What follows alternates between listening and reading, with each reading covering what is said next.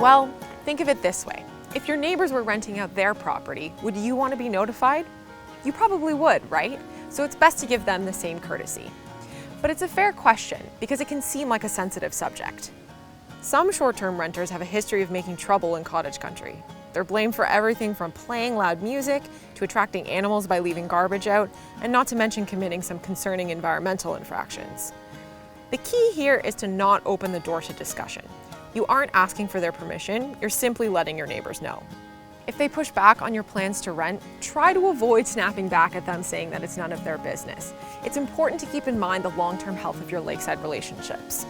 Instead, ask them if they have any specific concerns, and then assure them that you'll be vetting the renters and that you'll have clear rules in place about things such as noise, music, pets, and water safety. And I strongly recommend you put those rules in place. You can also reassure your neighbors that if there's a problem, they can call you. Of course, this could be tricky if you won't be close by, but that's why it's a good idea to consider hiring a property manager, someone who could be close by to the cottage and who could respond if something happens.